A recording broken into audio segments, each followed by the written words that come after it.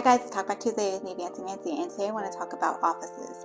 What are your thoughts on officing out of an office that does not have like a main big desk in the middle? So as you can see, they have a desk created here with like shelving, and this is the actual workspace where your computer would be and you'd be working this way, but there isn't an actual like large desk in the middle of the room. I kind of like it. It's different. It offers up some other additional space for reading or conversation that could be had.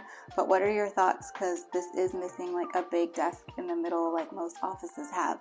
So this would be your desk area. You have your shelving, and then obviously you still have drawers and things for like your printer and any cabinetry that you need for your files. So cast your vote below and let me know what you think, and I hope everyone is living just